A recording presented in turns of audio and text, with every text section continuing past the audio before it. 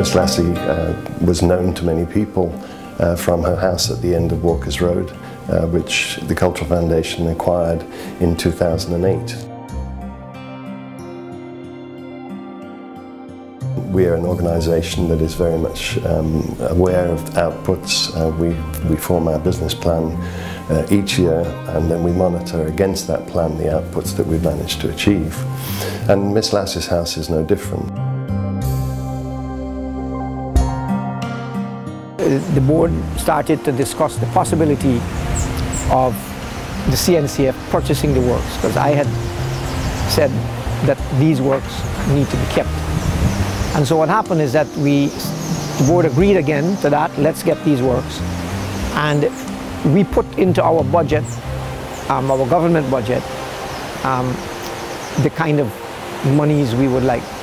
Of course, before we did that, we consulted with someone from UNESCO, who was the cultural attaché in Jamaica, a guy by the name of Alwyn Bully, and Carl Craig. People know him as Jerry Craig, who was the head of art at the Jamaica School of Drama. And what the two of them working with me did is that we put a cost on the works. And we all knew that these works were so precious that it's almost difficult to put a price on people's heritage. And so what we did, having worked out a price based on the paintings we would take, which amounted to 102. And it's no secret that we paid $275,000 for 102 paintings, and we paid an extra $10,000 for the exclusive rights to the paintings, which meant that we bought Miss Lassie's copyright for the price of $10,000.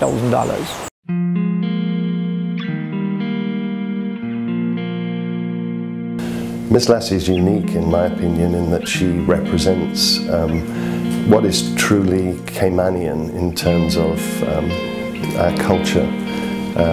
She is a very strong lady, very interesting and amusing lady to be with, and very confident when she spoke in public about her work. I find, I'm an international businessman, I find that I take copies of my markings and use them as a representative, if you like, international ambassador for Caymanian culture.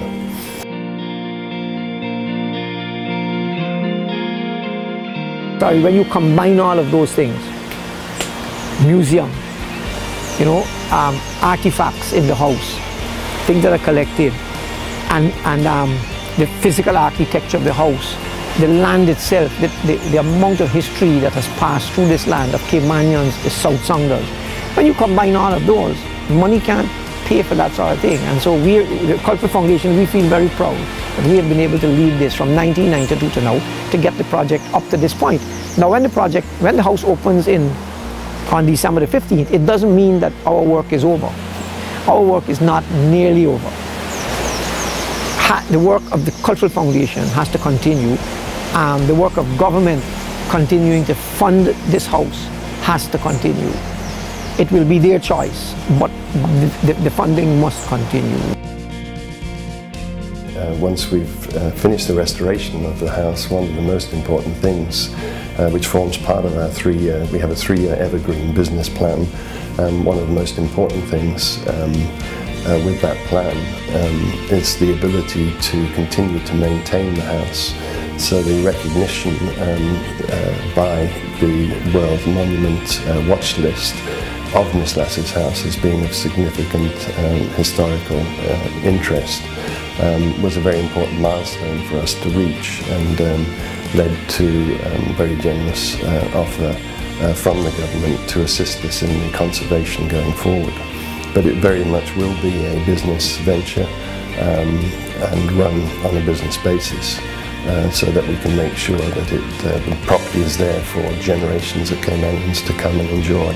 7 other major properties all around the world, huge properties. I mean, those properties will dwarf this house, but it is still recognized for the people of the Cayman Islands as a site that is endangered and that needs to be preserved. We feel that if you don't know where you've come from, it's kind of difficult to know where you're going to. So that's certainly part of our work, and Miss Lassie is a national treasure that, as I say, truly represents Caymanian culture.